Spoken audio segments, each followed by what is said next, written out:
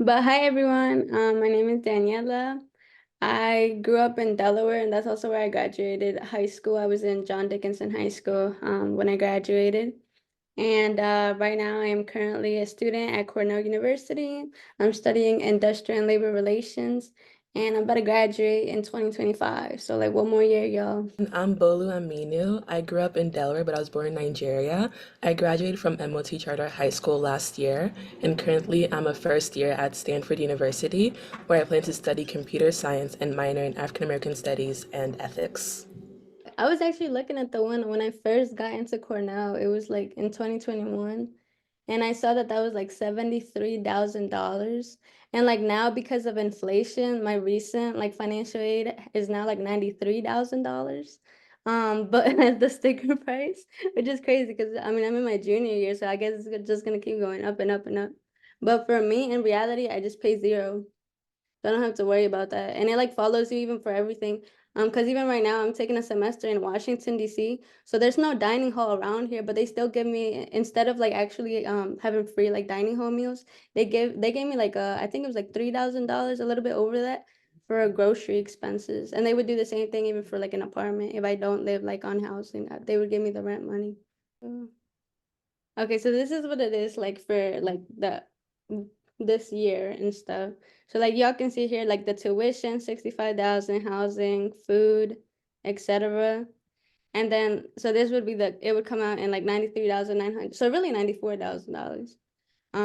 But now like this is the student contribution is zero, parent contribution zero, zero unmet financial need. And like it depends. Like there's the outside scholarship that I got from like a program, but even without it, they would still give me like the $3,000. And then there's just alumni that are very generous and just want to hand out money. So then there's like $8,000 for one semester and for both of them. And then the Cornell grant. And then there's this Access grant that I took advantage of because I didn't have winter boots. And they can give you up to $500 for like just like random stuff. Like if you need a computer or if you need like boots or anything like that. So I used 368. I think it was for boots and also for the gym pass because you just have to pay for that. But yeah, so in total 93,999. I'll go ahead and share my first one then. So this financial aid is when I was first admitted to Stanford. So as you can see, the sticker price was $92,000. Now it's $102,000 because I have a health insurance scholarship applied to it. Like they're paying for the scholarship, but without the scholarship, it would be $102,000 with the health care.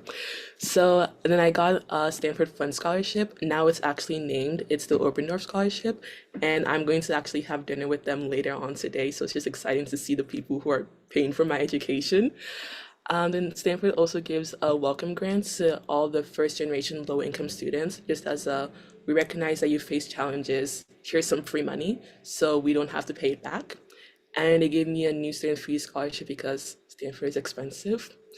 And I also have the Pell Grants because I am a US citizen. So when I applied for FAFSA, it was determined I would be eligible to get a Pell Grant to just help pay for my education. So that's the grants that I have. And then after everything, my total net cost is $5,000. Technically, it is still considered a full ride because with this net cost, it's just to cover my indirect cost. So it's not like Stanford is billing me for it.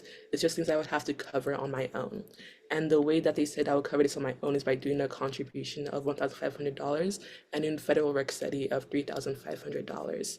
So with this federal work study, I am not doing it right now actually because I got an outside scholarship, so that covers my student contribution. So now Stanford is actually paying me to come to the school.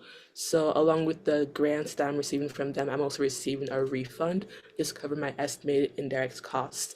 But that's only because I got an outside scholarship. And without it, I would have to pay the indirect cost. But really, this is just Stanford's estimates. So it's not really certain that I'll be spending $1,425 to go from California to Delaware each time, which I'm not. So that's just my sticker price was $92,000, and now I'm not paying anything, and they're paying me.